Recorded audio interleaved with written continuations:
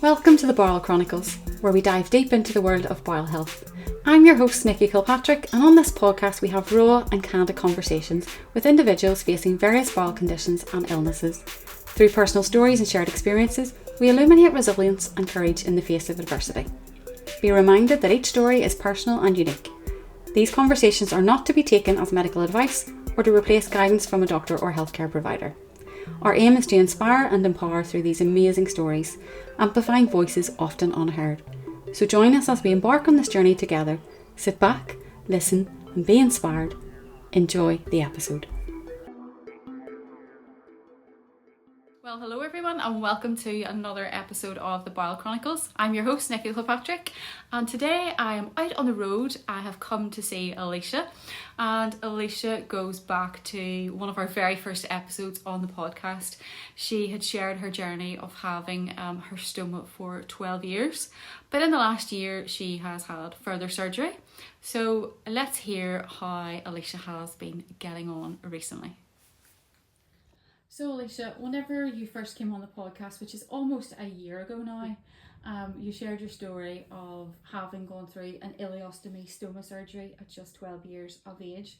Why don't you go back for our audience and just do a wee recap on what actually happened as a child that you ended up with a stoma, and then we'll get to the last year. So first of all, thank you, Nikki, for inviting me back to the podcast. So back to whenever I first had my stoma surgery. So from the age of 2, I suffered from slow colon transit and chronic constipation. So I'd spoke in depth about that in the previous podcast. So at the age of 12, I had my ileostomy surgery, and things were going fine for quite a number of years. And then I started having a lot of pelvic pain, pain in the rectum. And it was sort of a contrast between the doctors didn't know if it was gynae related or if it was to do with the bowel. So then I had went on to have multiple scans, and I'd paid privately for gynae, and they had discovered a fecal mass in my rectum. So that was sort of the cause of all, or most of the pain, because I have been diagnosed with endometriosis as well. But that's another story. So I had went on then to try suppositories and enemas. I've been in and out of hospital with having manual evacuations done in theatre, and none of that was working. There was nothing coming out of the back end at all. So me and the surgeon both decided that we would go for the full proctocolectomy, where I had my colon, rectum and anus removed, and then the back passage was sewn up and the stoma was made permanent. What did that feel like, to have that decision, to have kind of some resolve, so to speak, with the surgeon, after suffering for so long, being in and out of hospital with those manual evacuations? I mean, you had to go to theatre for those. This just wasn't an easy process to now finally have a resolution. Was that a big sigh of relief? How did you feel? Well, I had my appointment with the surgeon last February, so it was actually the 2nd of February. And whenever I seen him, the previous appointment, he had gave me a number of options. So one of them was reversal, or the other one was remove the colon and attach the small intestine to the rectum. But I had went home and thought about it, and he'd sort of explained to me that the rectum was mainly the problem at this point, because we were trying enemas and suppositories and they were going in but nothing was coming back out. There was really no feeling there either. So he thought the rectum was like a mega rectum, and there was not really, maybe the nerves or that had gone in it, I don't really know, but there was no feeling there to ever really pass much.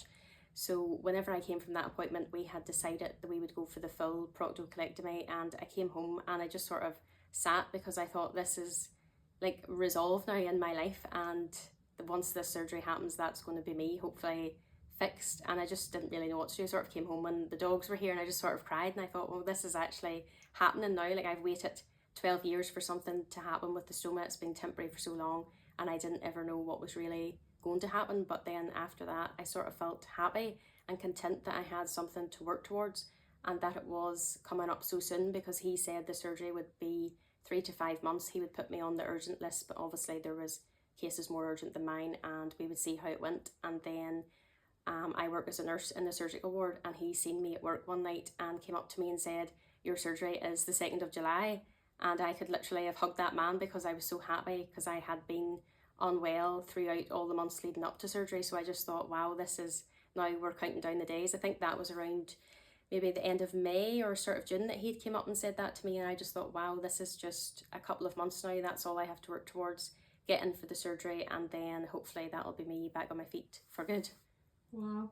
So really the option of having it reversed, it really wasn't ever on the cards. No. It was discussed, but I mean, after having your stoma for 12 years, to have that reversed, and as you said, the rectum was just full, there was no nerve endings working in it. No. You know, it just wouldn't have been possible to have it reversed, because was the bowel going to work if it was reversed? Yeah. Well, that's what I had been offered previously, before I had been discharged from the children's like consultations, that getting it reversed, but I just thought, why would I go back to the life I had before I got the stoma, because that just wasn't worth it. And that was another case of in and out of hospital.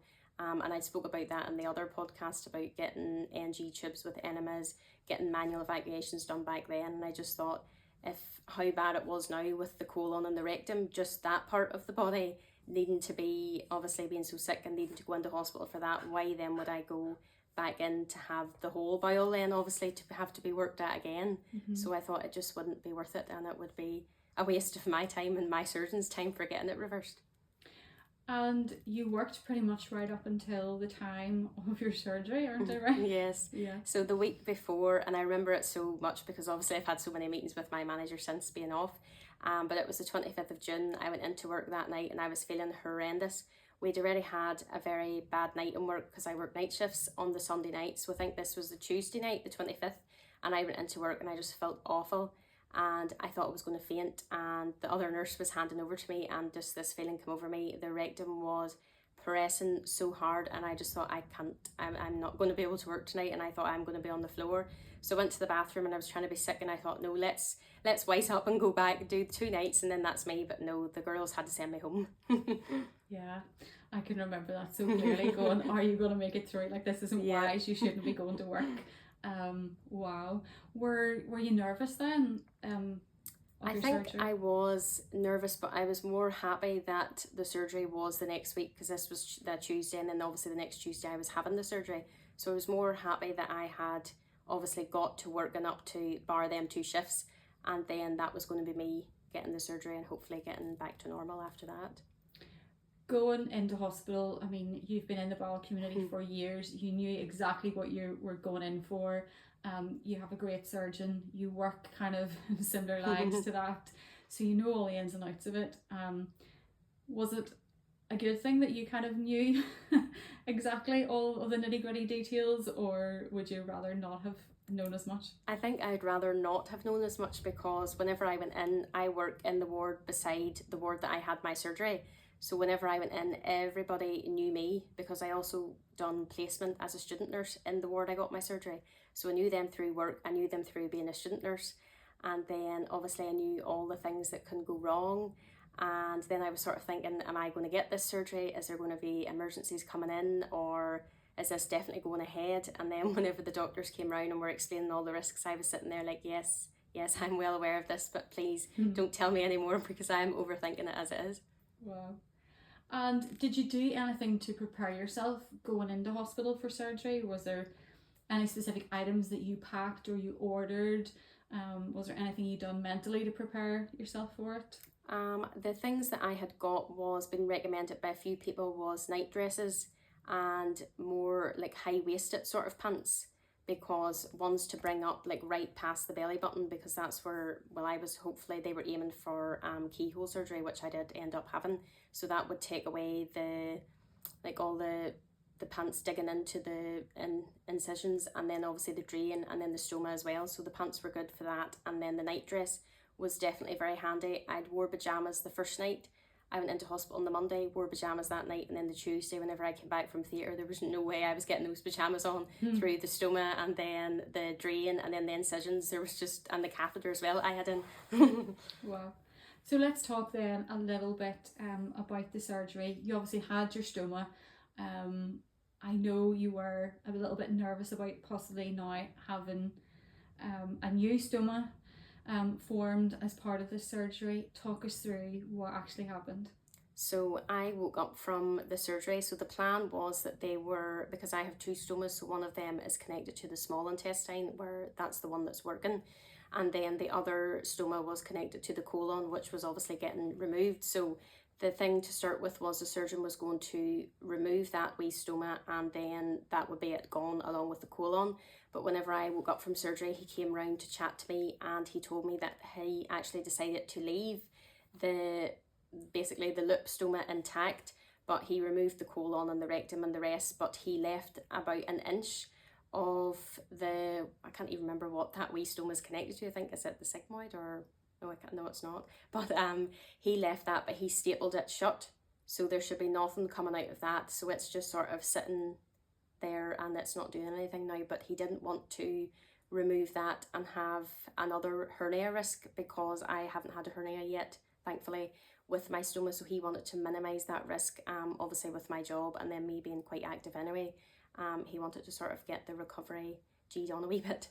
So Billy the stoma remains. Billy the stoma in his original place. And he still has his brother beside him as well, even though he's not, well, he never worked, but he's just there as a spare part. Yeah. What was that like? I know you had drains and things in when you woke up from surgery.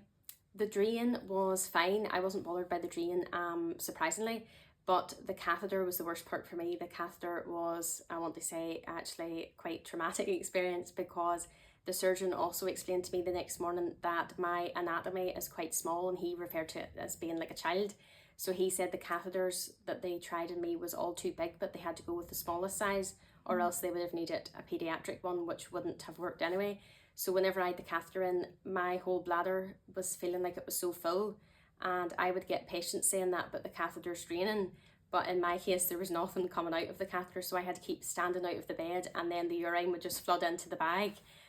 So that was quite a ordeal with that. And then they were flushing the catheter and moving it around, taking the air out of the balloon and moving it again, and it was just, no, that was my least favourite part. Uncomfortable, to say the least. Yes. Yeah. And so the drains didn't really bother you that you had in.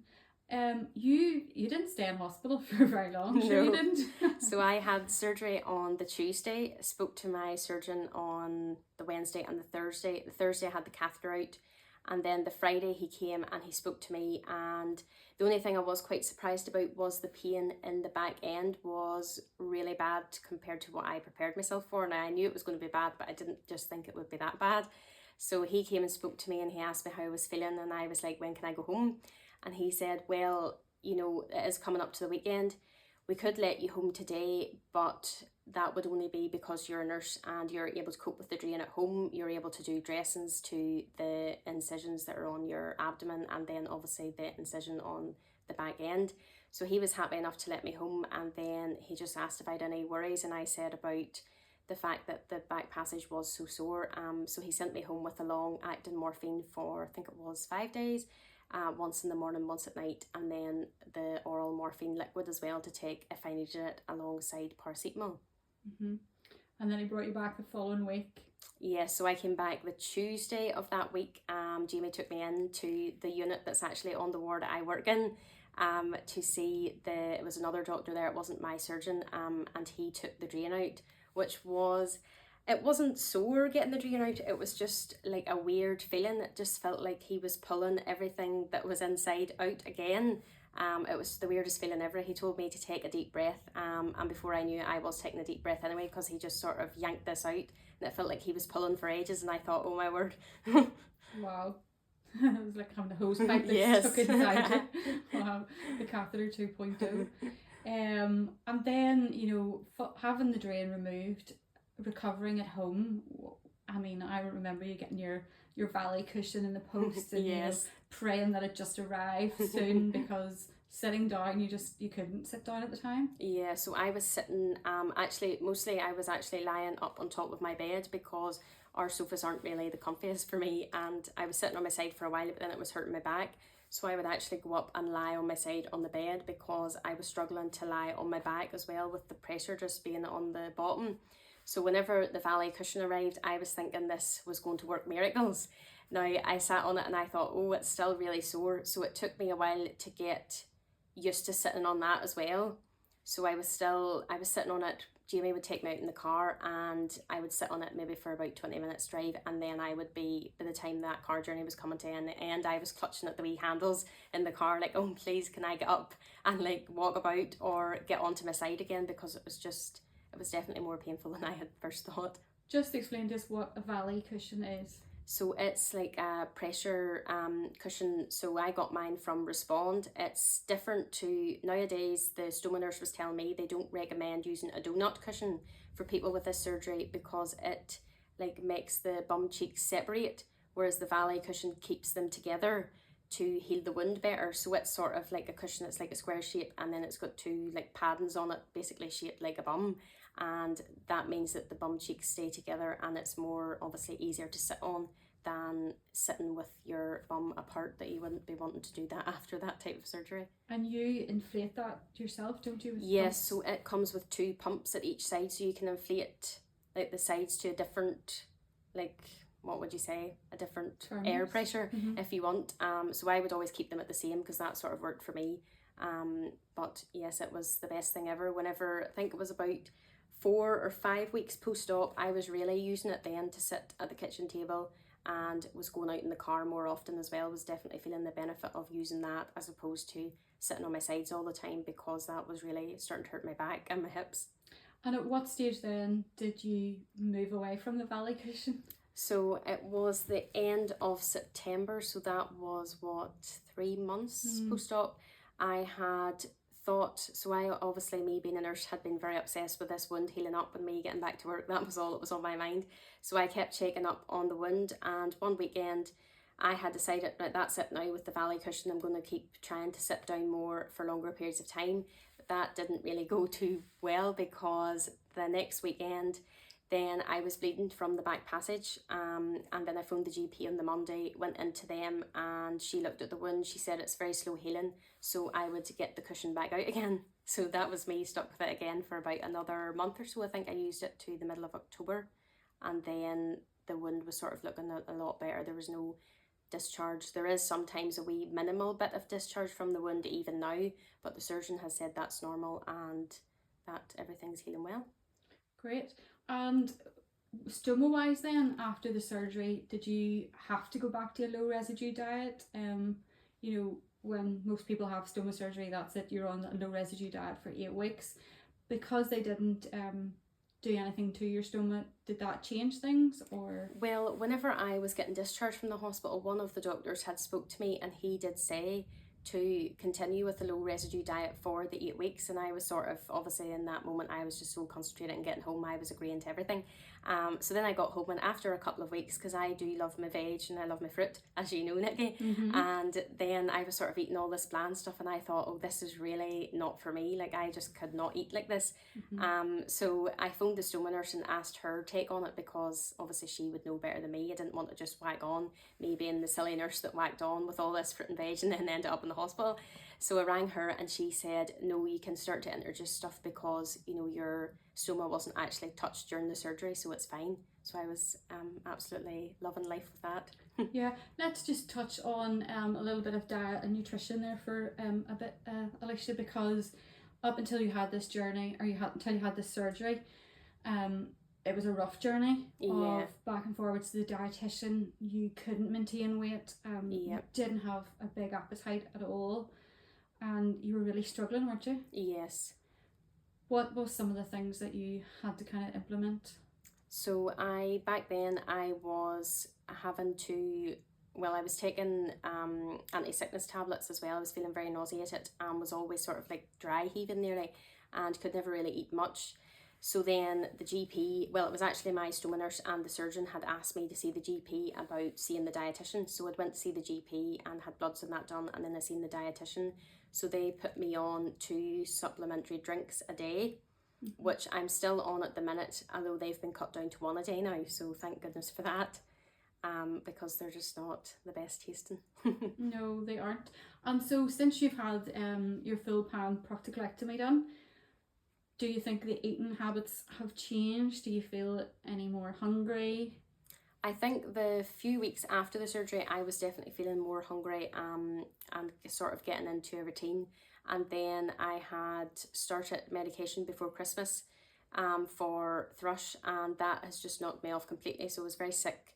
I think I started that medication was in November time, and then December I was so sick all before Christmas, so wasn't eating very much, so the weight sort of went down again. It's not down to as bad as it was before surgery, but now I'm definitely trying in the new year to get in the 3 meals a day, some snacks, and the wee supplementary drink as well. It's a bit of an effort at times to get Yes. some food in you. So the daily running commentary between the two of us is, what have you eaten today? What are you planning to eat? I'm wanting my jaws wired and needing a little bit more assistance. Yes. But I have to say, like, actually physically seeing you in the flesh today, you do look a way healthier than you were before surgery. So yeah, that I was definitely actually has changed. Looking back on pictures of myself, the couple of weeks after surgery, that I was able to get out into the car again, and I had got dressed, wearing like little shorts and a t-shirt, and we were going to my granny's, and I'd look back at those pictures the other day, and I thought, oh my word, the legs are like. This man I actually go to get massages done, he told me before my surgery that my legs were like matchsticks, and it's only now that I'm actually seeing that was right before and after, not long after surgery, that they were like little matchsticks. And of course we all know that the risk of, well, it's always probable whenever you do have some type of bowel surgery, there is that weight loss straight afterwards, and you really couldn't afford to lose any more. So I think that was the worry as well with the surgeon, with the healing of the wounds, that he wanted me up to a certain weight before my surgery, but then with the surgery being so close to whenever I had got the supplementary drinks, there wasn't really any room for putting on weight with me not eating and just taking those drinks and maybe eating very little during the day, so there was no weight going on, but things worked out in the end. Yeah, and you were saying there about, you know, being very, very sore in your bottom, and the surgeon saying to you, well, Alisha, there's practically no meat on the bones here. Yes. To kind of help with that, so you're literally sitting on your bottom, so to speak. So for anyone listening, if you're planning on going through this surgery, yes, get the advice is get the chocolate, get the chocolate in. Yeah. So we are 7 months post surgery now. Yes. And we are right on the verge of going back to work next week. Yes, so planning to go back to work. You know me, I like to be up and at it, so I wanted to go back to work originally in November. I was aiming for November because I'm sure people listening to this will have heard of the Encompass system in the Northern Trust that came in November, so I wanted to be back to work before that came in, so as I could get into that, but obviously that didn't work out. The GP and Doc Health weren't definitely not allowing me to go back then, so I had to bide my time till after Christmas, and then I seen Doc Health 2 weeks ago, so they have said that I can go back now, but just not to be going hell for leather the way I done before, and I'm going back to a phased return as well. And the phased return is definitely needed, because yes. You are a girl that goes all guns blazing and takes on the world, and you definitely need to be slowed down. So is there anything that you would recommend to anyone that is going through this surgery, or it's a possibility that they will be going through this surgery, you know, what you've learned from it, what you've taken away from it? I would say that probably, I think my thing before surgery, even though I was unwell, was still being active, even for obviously physical health, but as well for mental health, because I would have been out walking with the dogs, and then I've been getting some exercise in as well whenever I felt up to it. Doing a few workouts and that, not going to the gym or going heavy at it, but just doing a few things to sort of take my mind off things. And you know, it was that, I think that sort of helped me more mentally than physically, just to sort of get away from, I think whenever I'm out walking with the dogs, nothing else to me really matters but what I'm doing at that present moment. You're walking with the dogs and you're lifting the dog poo, you're not really thinking of anything else bar what you're doing then. Yeah. And as well as you know, getting out with the dogs, trying to build your exercise and your routine up again, you have been able to do things that you couldn't do for a while. So you've had several weddings recently, outings, social events. You feel more normal these days? You feel more like yourself, like you're getting life back? Yes, the only thing would be that the tiredness is still very much there, but the surgeon did say that especially females with a stoma will, you know, a stoma in itself brings a lot of fatigue, and he said with females that are still obviously going through periods, that is still very common, that you will be very tired. So he said just to try and get enough sleep in, not be sitting up watching the TV like I do, and obviously trying to get the nutrition in, and Okay, before we wrap up, I think very quickly here we will show a couple of photographs of you recently, and then we will wrap it up just after that. A glance before surgery and then immediately after surgery. And then just look at this transformation. Alisha living her life again to the full, looking absolutely fabulous and healthy. So Alisha, let's just talk about social media. Recently, you've been sharing a bit more on TikTok. I know you are on Instagram there, but recently one of your reels on TikTok really took off with loads and loads and loads of hits, over 100,000. I don't even know what it's at now. I think it's at, Jamie always checks every day to see how famous he is. I think it's at like 320,000. Wow. Yeah. Yeah. And this reel is super, super short. Guys, you need to go over and have a check. But you need to get yourself a really supportive partner who is going to bring you a mirror to check out your bum wound, yes, so to speak. Alisha, what has that been like, having a really supportive partner? Because, you know, he has effectively got his own Barbie doll now, because yes, you have exactly. a Barbie butt. The original Barbie. What is that like, you know, to have someone who understands and gets it? I think it's really nice, because obviously I would be quite a person that uses humour anyway. So I think for us to get that sort of side as well, and then to get somebody to get the serious side of things, because, you know, after my surgery, I think Jamie and my mum was probably too nervous wrecks. I was going into the surgery saying to them, if I don't see you again, it's been great. But that's just the way that we go on. But Mum and Jamie was up to high-do. But Jamie has been great. He made me lots of meals after I came out of hospital. I think initially how I got the weight put on was every night he would make me 2 of these wee cookies you get from Tesco. They're coming like a pack. There's like cookie dough and you cook them in the air fryer. And every night without fail, if I asked, I got those cookies made to me. So I think that sort of g'd me on a wee bit with the weight. And obviously it was just something for us to enjoy doing together. And I think that's what it's all about. If you can find happiness in sad times, then it's, you know, it's all worth it. Yeah. So if there was one little thing that you wanted to tell yourself, looking back on how far you've come through this journey, you know, oh my goodness, as a young child going through your stoma surgery, and now into your early 20s going through full pan proctocolectomy surgery, what would it be? I think it would be just to tell myself that things will work out, and maybe it will take time, but it will eventually fall into place. And I think that's maybe could be said for everybody as well, that, you know, sometimes you're not where you're meant to be, but, you know, you'll always find that path.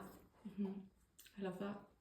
Well, Alisha, we wish you all the best going back to work next week on your phased return. No doubt I'll be messaging you with a few voice notes. Yeah, I'll be keeping a close eye that you're not overdoing it, and the mummy instinct in me just kicks in, and yeah, but it's been amazing to watch you. It's been an incredible year for us, building our friendship right from this time last year.